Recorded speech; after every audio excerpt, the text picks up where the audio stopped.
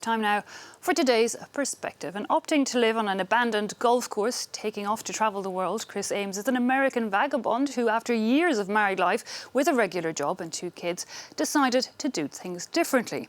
His book, An American Homeless in Paris, takes us through a year in his life living on the edges of the French capital and commuting to a job as an English teacher in the city. He questions capitalism and civilization and how the ties that bind really tie the value and cost of freedom. And he's here now to give us his perspective on it all. Mr. Ames, thanks so much for your time. Thank you. I mean, firstly, let me start with that very obvious question. How does one make that choice not to find a bricks and mortar dwelling to decide to live on the streets? Well, as far as Paris is concerned, it's the money of renting an apartment and the size of the apartments. And if you're used to a lot of space... So it wasn't really a choice, it's more not having a choice that we... Well, you know, I did have a choice. And I just chose it was more comfortable outside. Yeah, then what is possible inside this? We call it the periphery, the ring road of Paris, which it's true that rents are astronomical prices. But reading your book, An American Homeless in Paris, while yes, we do understand there's hardships with living outside, the absolute biting cold, you know, the lack of electricity, rainwater, but you did seem to take some advantages from it. How do you see it after a year of living like that? Well, it makes you a lot closer to nature and tougher and in touch with nature and the seasons. I mean, now that it's spring, I mean, you can't believe the energy that's coming from the earth and coming from this golf course. I'm still there now. Indeed. Describe for people who haven't read your book what life is like there and how, indeed, people interact with you, because you are still, of course, very connected to the working world, working at the time full-time, coming in to one of the, most business districts of Paris, La Défense. You know, what was that like coming in and your interaction with people? Well, it was usually the neighbors' dogs who would wake me up because they'd go for walks on the golf course. So I got to know the neighbors really well. And they're all very amused by my lifestyle, and they know that I've written this book. But they're quite welcoming and quite... And the police municipal there, too. They came and welcomed me, which was very interesting. It is. So I got to know the mayor of Thiers, and I got to know the cops and the pompiers. And, well, when you read the book, you'll discover why the pompiers are important. Indeed, quite a sad end to the book for that phase. But a lot of people you interact with, you describe of them trying to change your situation. A lot of people failing to understand that you could be happy. No, only my ex-wife wanted me really to change the situation, or she was more curious about why I wasn't doing it. Yeah. But I think the others were simply more amused, surprised, but not trying to get me to be a normal person again. And would you want to be a normal person again?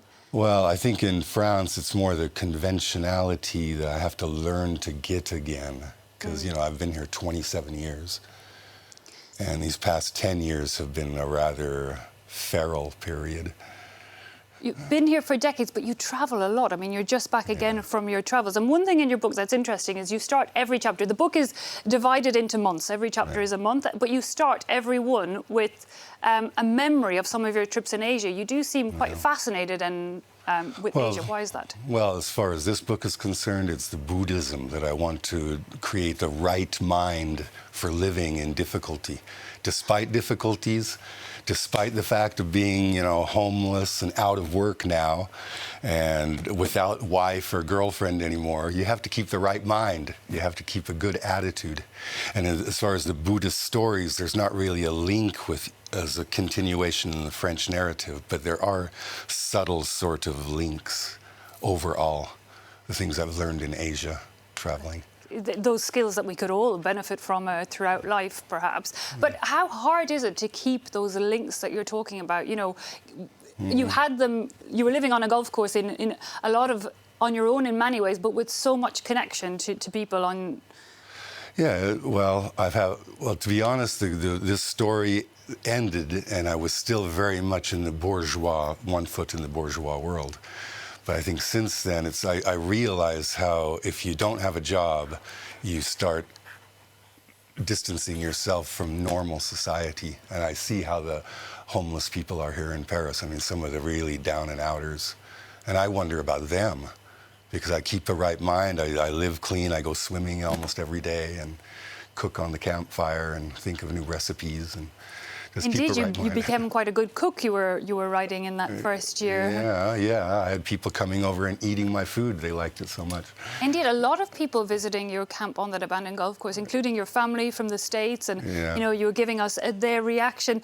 But again, most chapters you're talking about travels in Asia, and then at one point you do talk to us a little bit about your native America. You give us quite a shocking trip where you were actually had a gun put to your head. Tell us about that, and you leave us on a bit of a cliffhanger in the book. Yeah, well, How did that affect what you? happened then, that affected me very much, especially when the Chinese character in the book tells me that she has the same kind of gun. And that's the one direct link closer than the other links. As far as here, we're talking about Buddhism in America, and a man takes out a gun and says, "Oh, you're full of shit." Oh, pardon me. But yeah, how do you see that from one side of the world to the other? Because that is something you're seeing.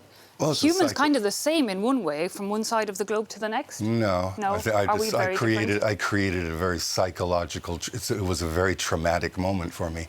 And it was probably more than any Buddhist lesson, a lesson I learned in that short time span with the gun to my head. Does one get over something like that? No. Every time the memory comes back, if I see someone with a gun, I'll try to kill him with a rock. Yeah. Is that part of why you maybe left your native America behind? Yeah, that's the main reason. Okay. And the choice of moving to Paris, because after your year travelling in Asia, you came back to Paris, somewhat reluctantly perhaps? No, I was on a sabbatical. From your job, okay. And so, I come back to work. I didn't have a place to stay, but I had work to go to tomorrow. So that's why I said, okay, I'll just go to where I lived before. And then I found the golf course. So this is a good place.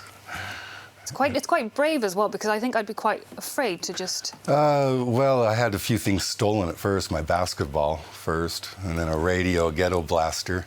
But then my work gave me another ghetto blaster. Someone vandalized the tent once, and I repaired the tent, and then they left me alone. They said, this guy wants to stay here. So the people left me alone. It is a lot about how we react to things, isn't it, no matter what happens. But what are you planning now? You've been a year, and the year, I mean, for a long time, there seemed to be a certain peace about it in the book, but towards the end, there was that sense of panic of time and winter coming in and the hard parts of living outside. Well, yeah, I realized, because you remember, it's been a few years now since the end of this book, and my knees are wearing down, and I realize I'm getting older. What I want to do, I have the translation of this book in French, and I want to make it a bestseller, a million seller in France. How did you actually go about publishing this book in English? In English, I won the non-fiction prize in the West of America. Ah, okay. So that's... And the University of Utah Press said, oh, we want to take it. So available in the US, but not yet here in Europe, but maybe it's coming to our... The University Press needs to sell the rights to it.